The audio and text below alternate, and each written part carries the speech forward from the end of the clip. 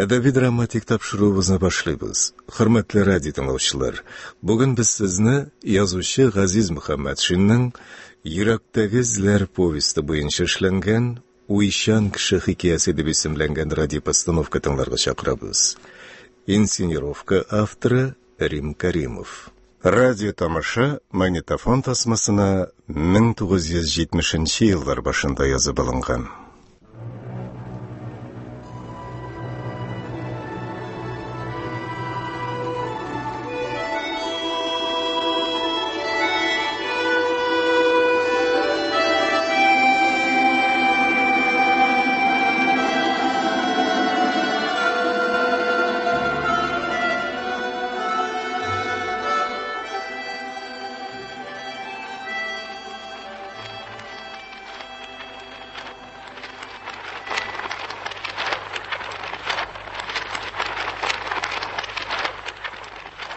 Мен әлікті айтып келдім, қазірді айтам. Темір құлсыз ярамай. Ана көршімнің өзі ішті шапта бар айбірін жеп шыққандар. Ашқы шаратқандар. Әне білем бітті. Ярты айбірін таптылар, яртысын yok. Тамақтар тоқ. Сілері бітін. Не ашасалар, не кесілер шул бар. Туйып секірелер, азыналар. Шебек ашап қарағандар yok. Шал-шал, шуңар күрә қорықмайда башладылар. Ана сіз иптәш өзіңізні оқытушы деп таныштырдыңыз. Биыл ғана университет бітіріп, Сібірге ішке барасыз. Мен міне шушы ормандарда аучылық етіп ғұмыр өздірдім. Көп нәрсені ялғыш аңғауым бар. Шулайда жиетшілерге қарата жұмшақырақпыз. Жұмшақ. Мишлан. Әйтірге керек, педагог деген сөз таяқлы кіші дегенін аңлата. Бұрынғы Грецияда келіп шыққан. Грецияда ол вақытта құллар құтқан. Бір құлның да иреклі грекқа суғырға қақы болмаған. Әміна педагоглар суққан. Аларға шунды істінлік берілген. Міне, әйтәм бейт. Екі сөйләшмеген әлікі халық. Ләкин бұл үсіш шырының бір етабығына, біз балаларны қинап, аларға ғымырлік ауыр іс қалдырға тіләмейбіз. Ол тұрмыш законларын тәні білән түгел, ақылы білән аңларға тиеш.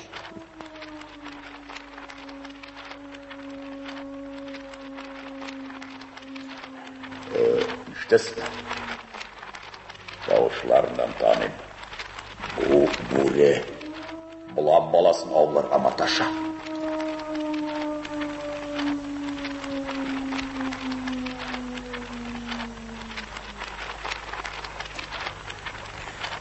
Uşaqqa otun istəgiz əli.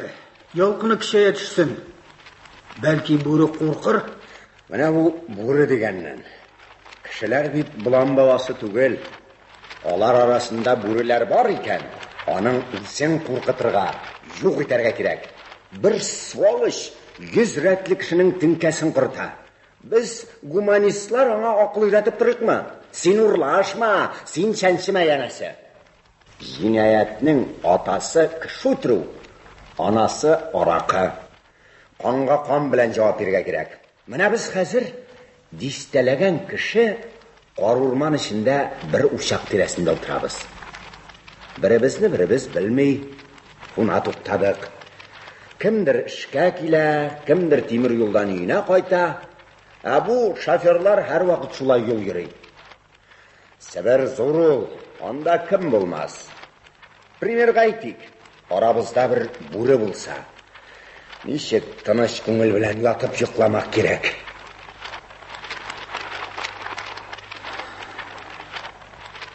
Ол шағында міне мені атығыз. Чүнки мен... Нәрсе дейін? Баштық сөйләшмешігіне отырған еді. Міне сиңа ушан кіші. Дұрысырағы, өтіруші түгіл мен. Кішіге қол көтерген адам. Өлмәгін. Ол. Исән.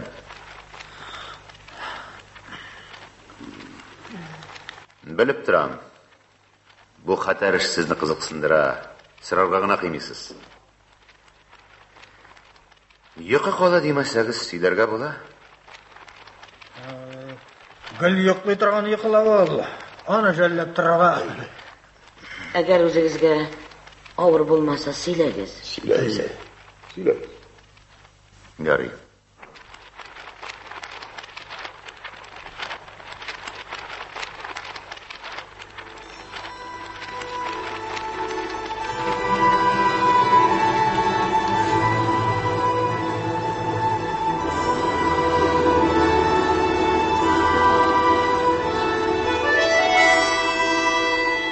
Бір 1944 елның февраль узаларында мин фронттан кайтып төштем. Аякларым солдат походларына чыдарлык иде әле, кулларым да автомат тутарлык иде. Әмма үпкәләрем беткән иде. Төрле госпитальләрдә ята-ята ярты ел гомер үткәрдем. Үлемне көтмә. Үзе килер диләр дә. Ләкин минем бик заклады. Урал тауларын кишеп, Себергә, туган шәһәремә кайтып төштем. Әнинең 2 ел элек вафат булганын язганнар иде. Бүтән туган мазар юк. Вокзалдан туп-туры зияратка киттем. Зиярат юлы шактый тапталган. Сугыш еллары бит. Әнинең кабрын тапмадым. Ул чорда ялгыз карчыкка кем таш куйсын? Исемсез кабердә ята иде ул бишаракай. Зияраттан чыктым да, өзім туып үскән, өзім шуннан сугышка киткән баракка киттем. Бызлы тайвак сукмаклардан ишек алдына кирдем. Баракның озын коридорын ишек өстендәге лампочка тынык кына яктырта. Коридорда берәү дә юк. Мине күрүче булмады.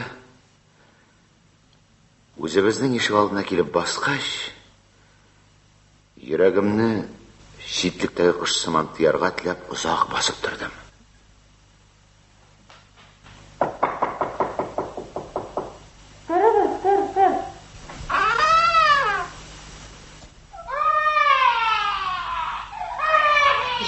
James, to'xtang, qizim,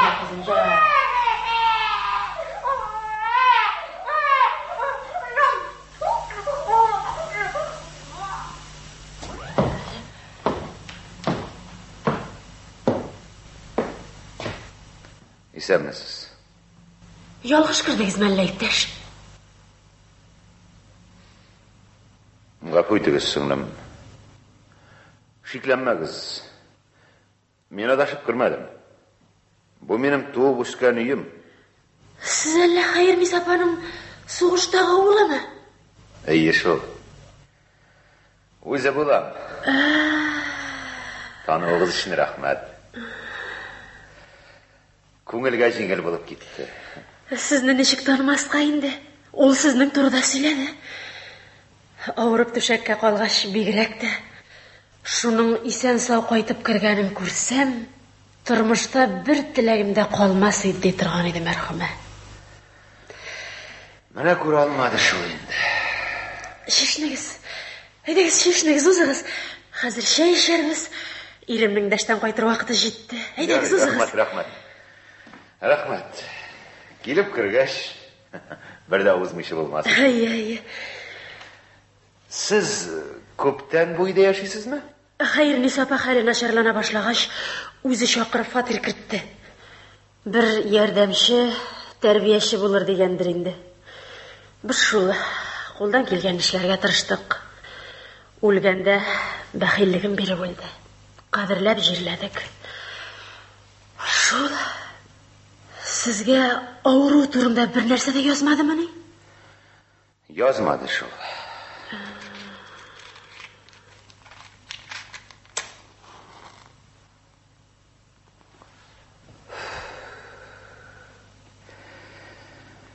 Сугыштагы кешене барыбер кайтармаслар, юкка күңеленә кайгы салмыйм дигәндер. Авырлыкны үз өстенә ала торган кеше иде бит ул. Шундый иде шул. Безнең турда да шуңа күрә язмагандыр. Сез бик серле ханымга ашыйсыз. Нишләп алай икән? Кешеләрдән яшерер бер серем дә юк. Ишемдәге тышымда. Тел ішінде тұрған нәрсе турында қышқырып сырарға қиылығыз жетмей. Дұрыс. Сіз аны қоян білдіңіз? Білдім енді. Біздің үшін бек әһәмиятлі бір нәрсе бар. Тек сұрасам ашуланмассыз мекен? Жоқ, рахим етіңіз. Сіз өз білмәңізде қалырсыз енді. Бізге шығарға туры келер. Қыш күні бек қиын болар енді. Язға қадар ешерге рұқсат етмәссіз мекен? Қызымыз бірде жылақ түгіл. Біз ерім білән рәтләп еді тұрмайбыз. Жоқ нәрсеге біршіласыз сіз сіңлі. Шатлама суықта, еш балағыз білән фатирдан қуарға сіз мені кім деп білесіз? Мен солдат, кішілеріні суыққа қуар үшін түгіл, жылы үйлерге кірту үшін 4 ел соғышта ердім.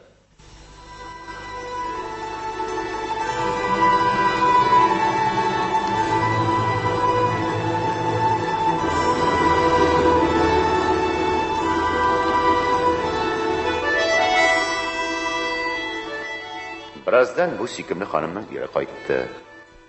Әлі бек еш болса да ақыллы кіші болса керек. Шей артында хал-ахуал сұрашып сөйлесіп отырдық. Аннары екеулеп, әненің қабірін қарарға кеттік. Аны ұзатып зиратта өзім гына қалдым. Ойлайсы нәрселер бар еді. Әр кімнің ғұмырында кіші білән кеңешмеші, өз ғыжданы білән екеуден екеу қалып ойлана тұрған шақтар бола тұрғандар. Мен де ойладым. Солдат итіклері шатырдап қатқаншы, башларым шатынағаншы ойладым мен бұл күнді. Мен келешекке бек көп пландар құрып қарадым. Ләкин аларның барсы да 3-4 айдан бір нұқтаға келіп тірелейді. Ярый, язға қадар дүртәуләп яшадық дей. Яз күні жер іргәш мені әнкәй янына кетіріп қойдылар дей. Үпкәләрім язға қадар тарта алса әлі. Көкірек ауырулы күлі бұлар деп әйтәләр. Ләкин кім білә бит? Дүния бұл. Әнек мұнда өләргә. Бірге ойнап өскен дос ишләр, білген кішілер, мені бір қайшанда өлген деп білмәсінләр. Мен аларның көңілінде исән болып қалайым. Солдат бит мен.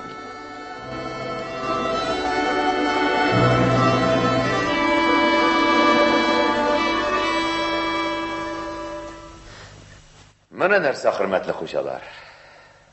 Ашық езігіз, сыйығыз үшін рахмет. Бақытлы болыңыз. Қызығыз да бақытлы болсын. Мен енді кетем. Әнені қадірләп жерләуіңіз үшін де бек зор рахмет. Әллә безне яратмадығыз ма бай? Қалығыз, язға қадар бірге яшарбызды, онлары біз шығарбыз. Бұл бит сіздің туған ертығыз. Жоқ, сіңлім. Рахмет. Мәскеуде менің бірге қызмет еткен полықташ достым бар. Шул шақыра. Башта қалам шекіллерек еткен едіңіз, шуң айтым. Шулайырақ деген едім де. Менім ертең кейсеп, кешке ярамай бейт. Шондайырақ кіші мен. Аннан мұнда Ирак мәселесі де бар шыл сіңлім. Қайт деп қалды. Алдағы күнлерге планлар бек зор. Шулай мұны ябай? Елерішесіздір енді әйімі? Шондайырақ ой бар. Тек қайшам болар. Ансы хал етілмеген әлі. Дұрысырағы хал етіліп бітмеген. Барлашып қайтығыз абай. Бүтін әге деймесеңіз, қонаққа болса да. Жоқ, сіңлім, күтмәгіз. Қонаққа да қайтып болмас. Яқын ел түгел. Бұршылмағыз, мен бұл бөлмәні бүтінлейге сізге қалдырам. Қайтып болмас. Қайтып болмас, сіңлім. Юллар бек ерақ.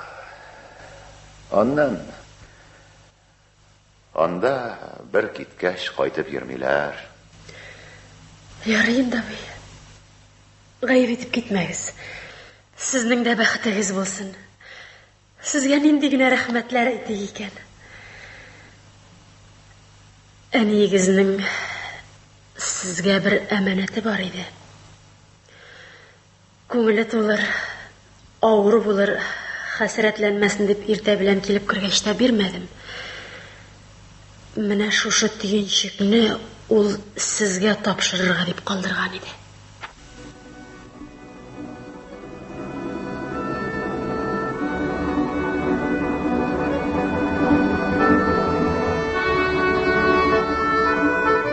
Бүлмәдә кинәт әниемнең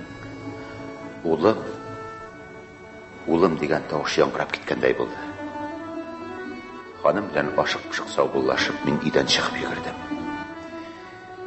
Өйдән чыккач кына мин төенчекне шишеп карадым. Аның эченнән әти, әни һәм мин шәүләп төшкән фоторәсем, бер кисәк җиләк сабыны, минем фронттан язган хатларым һәм 13 сум акча килеп чыкты.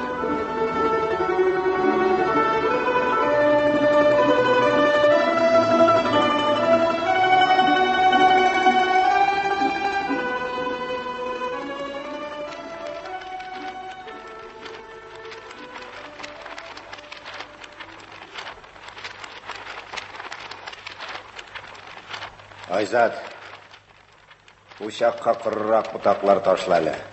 Сүнеп китмәсен. Тамара, читкәрәк пешерде. Толымнарым утка кермәсен. Булай да ишетләр. Авыр булмаса, сөйләгез. Без сезне тыңлыйбыз. Төнне мин вокзалда үткәрдем. Таң атканда поезд килде. Шыгырым тулы вагоннарның берсенә бетелә-тертелә кердем дә Урал таулары аша кире Европага китеп бардым. Ләкин бәхтемә каршы димме? Бәхетсезлегемә каршымы? Миңа Урал тауларын кичәргә туры килмәде. Бер шәһәрдә төшеп калырга һәм 20 ел буе шунда яшәргә туры килде.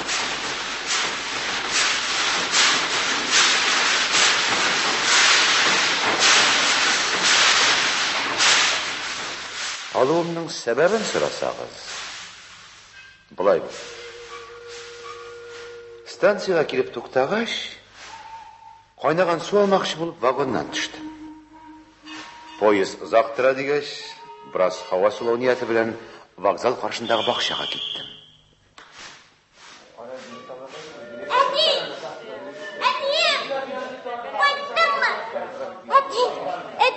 Әтием кайтты. Юк, бәләкәч ялгышасың. Мин синең әтиең түгел. Әтием син?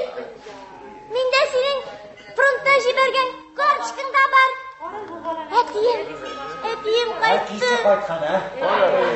Безнекеләр кайда йөри торгандыр? Минем бәхте бар икән. Бүген генә түгел, әти кайта дип җәйдән бирле килә инде ул монда. Кемдә дип әйтерлек. Бүген кайтмады, иртәгә кайта дип кич кенә китә. Әнисе дә килеп аңлады.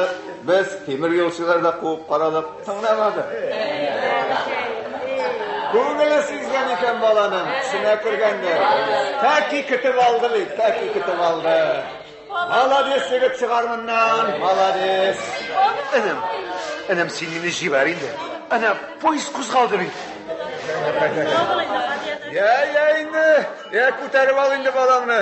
Зур булып үсеп җиткәч танымыйсыңмы әллә? Танымаслар да шул гомердән бирле үсеп беттеләр бит инде балалар. Сабыйның бәхте бар икән. Менә бит ул күрешергә язгач.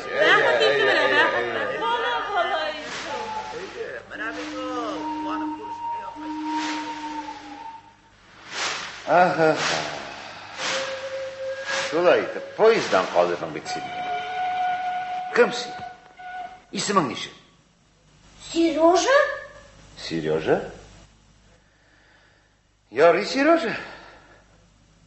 Игез йөрәкмисең? Кайда торасыз? Әнә тегендә. Әйдә кайтабыз. Әни белми бит. Сережа, бар кайт инде, кайт. Син кая барасың? Китмә. Әти китмә. Әни идәмсең синең? Өйдә. Әйдә, алайса мин сине итеп куям. Әйдә.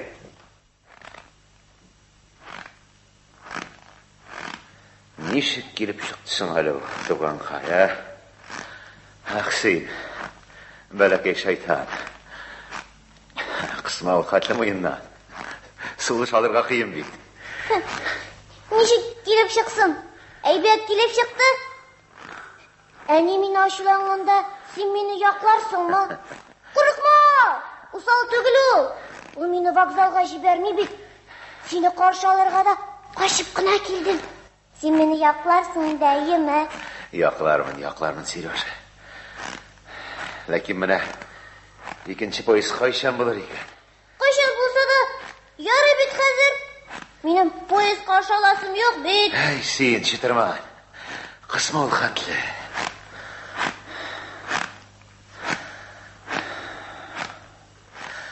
Ах, Сережа.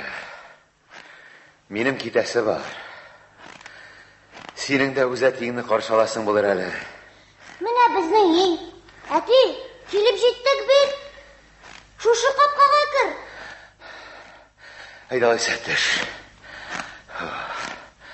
Үзең алдан бар. Кайсы ишек икәнен мин белмим бит.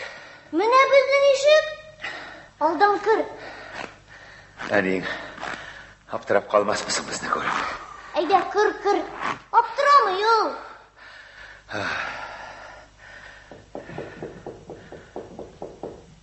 Ишек ачык. Кирегез. Исәнмесез? Сезне мөгаен вокзалдан ул алып кайткандыр. Әти дигәндер, шулаймы? Дөрес. Бала. Бу гадәтләреңне кайчан ташлыйсың инде син? Менә бер нишләт алмый. Тыңламый. Чыга да китә. Ике солдат китереп куйды инде аны. Сез өченчесе. Кешеләрдән менә сездән уят. Зарар юк. Бер прогулка гына булды.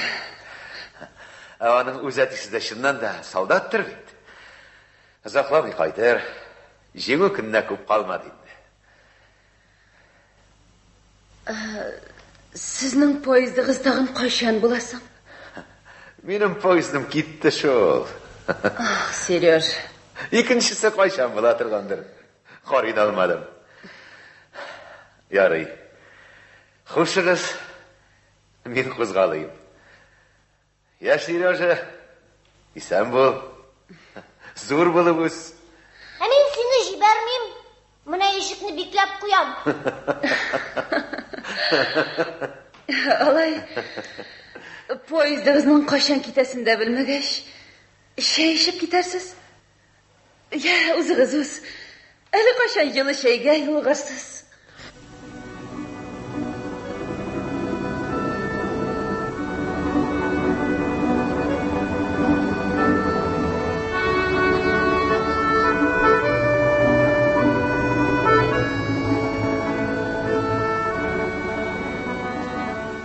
Biz ул көнне чәйне эчәүләп эчтек.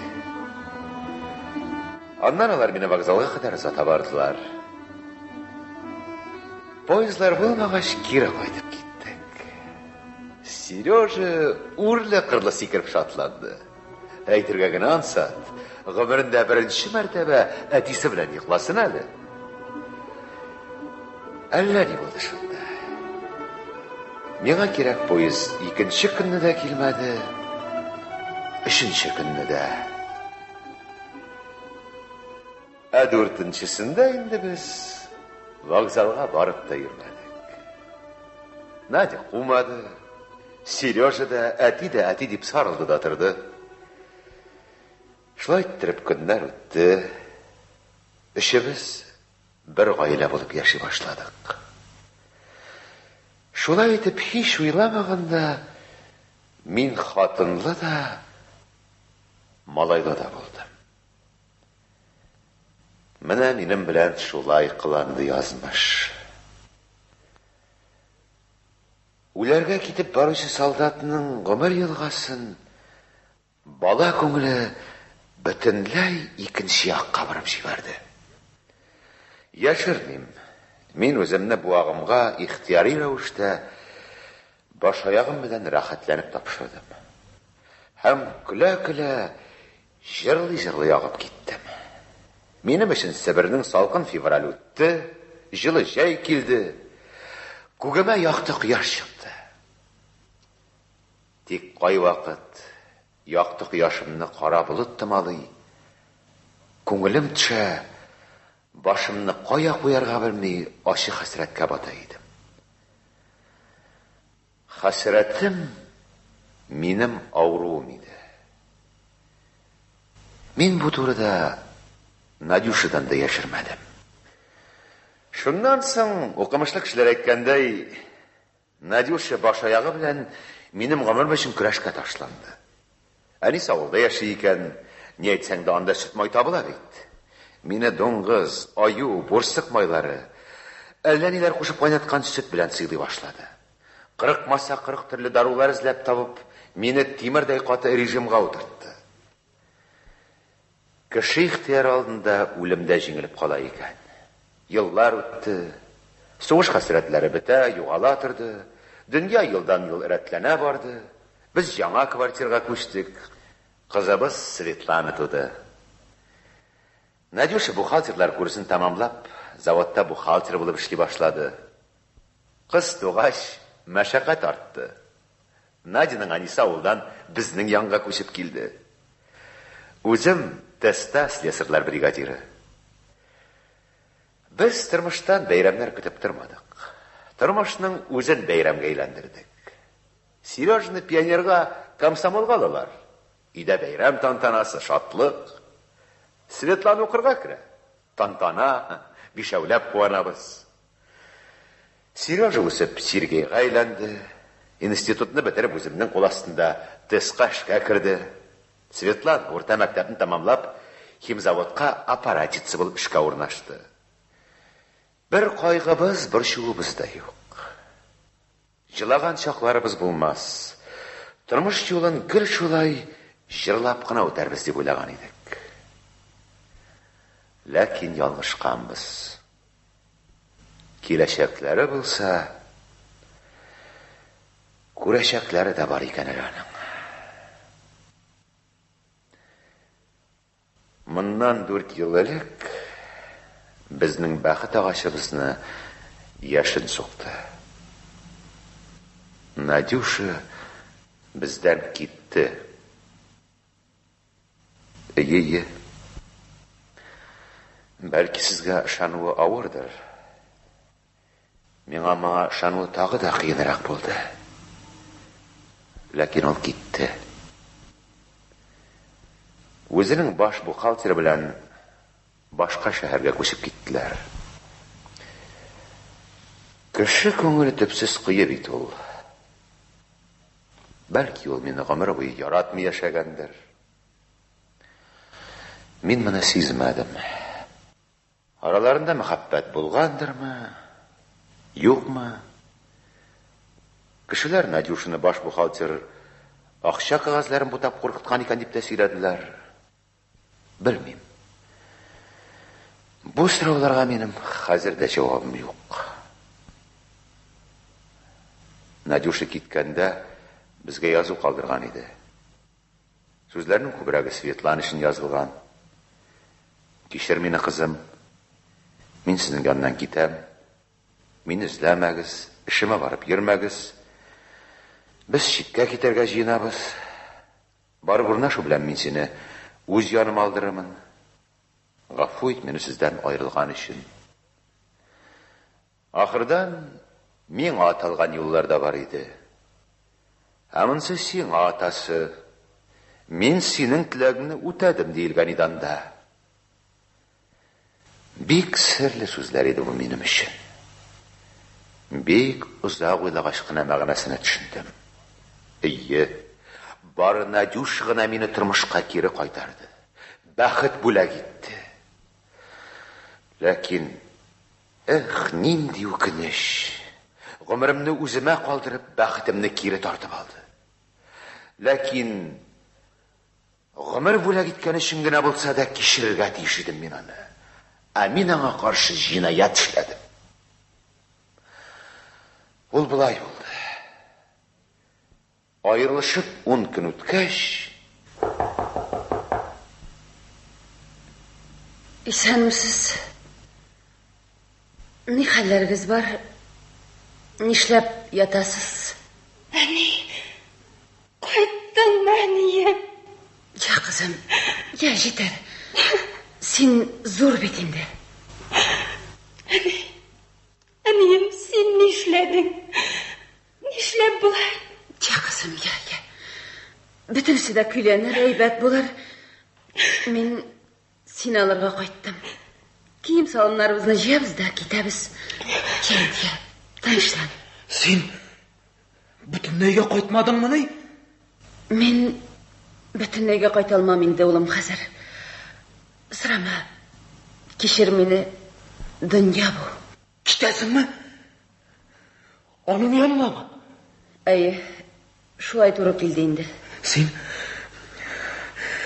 үзеңне яраткан кешеләр турында ни уйламадың? Кара тигә. Кара аның чәчләренә. 10 көн эчендә син аны 10 елга картайттың. Улым, нишләп аның турында ул кадәр кайгыртасың? Үзәтең булса бер хәл иде. Надюша, нишләп?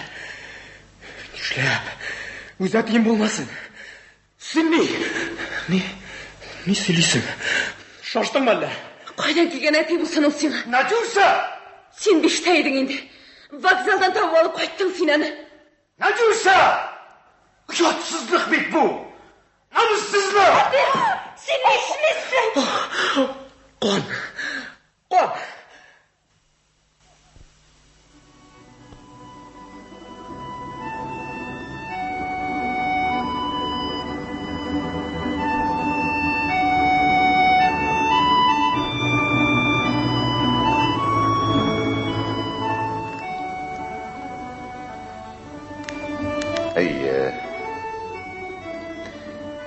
Мин шул вакытта үземне тыя алмыйча Надюшага ат йортка белән кададым. Утюг төзәтеп утыра идем. Ярасы бик үк зарарлы булмавына хәзер дә шатланып утырам.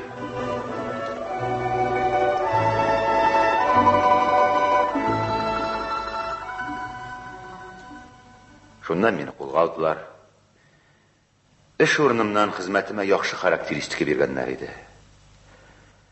Улым, кызым һәм Надюшаның анысы судта мине якларга тырыштылар.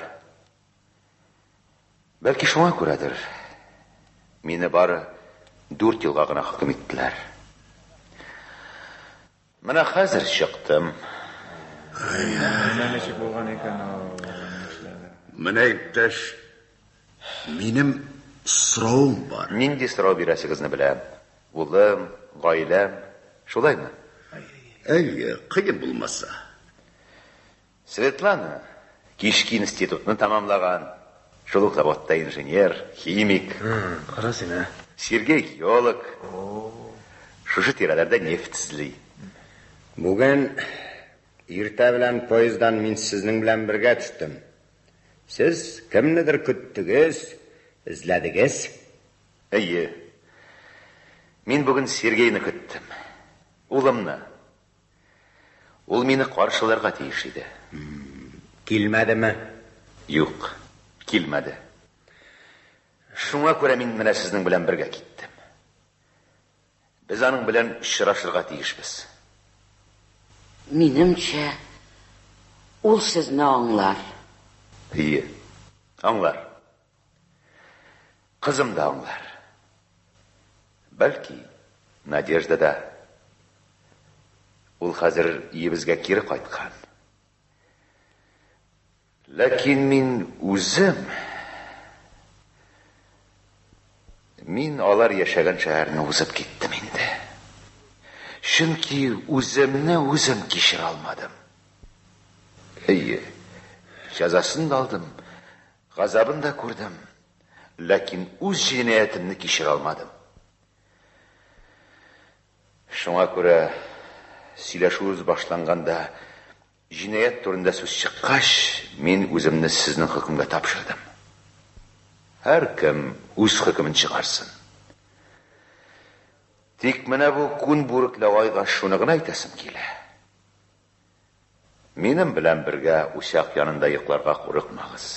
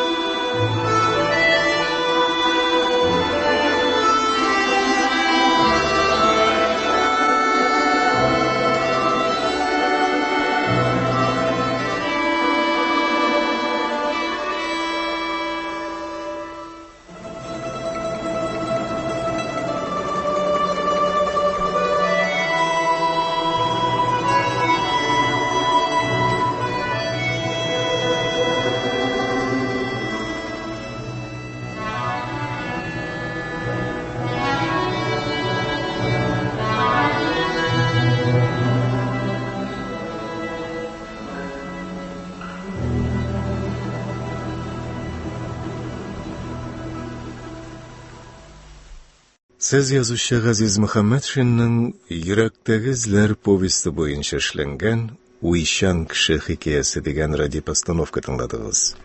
Рольләрне башкардылар: Уйчан кеше Шәүкәт Биктимер, аучы Абдулла Фатхуллин, күн бүрекле кеше Рауил Шәрәфи, Надюша Гөлсем Исангулова, Сережа Рәмзия Бакирова, хатын Нәҗибә Ихсанова. Калган рольләрдә Гәүһәр Камалова, Наил Дунай, Әнвар Гобайдуллин, Госман Әхмәтҗан, Наиля Ибраһимова, Рәшид Галиәкбәров. Тапшыруның режиссеры Госман Әхмәтҗан, инсценировка авторы Рим Каримов, мөхәррире Әхмәт Рәшид. Радио тамаша магнитофон тасмасына 1970 еллар башында язып алынган. Әдәби-драматик тапшыруыбыз шушының белән тәмам.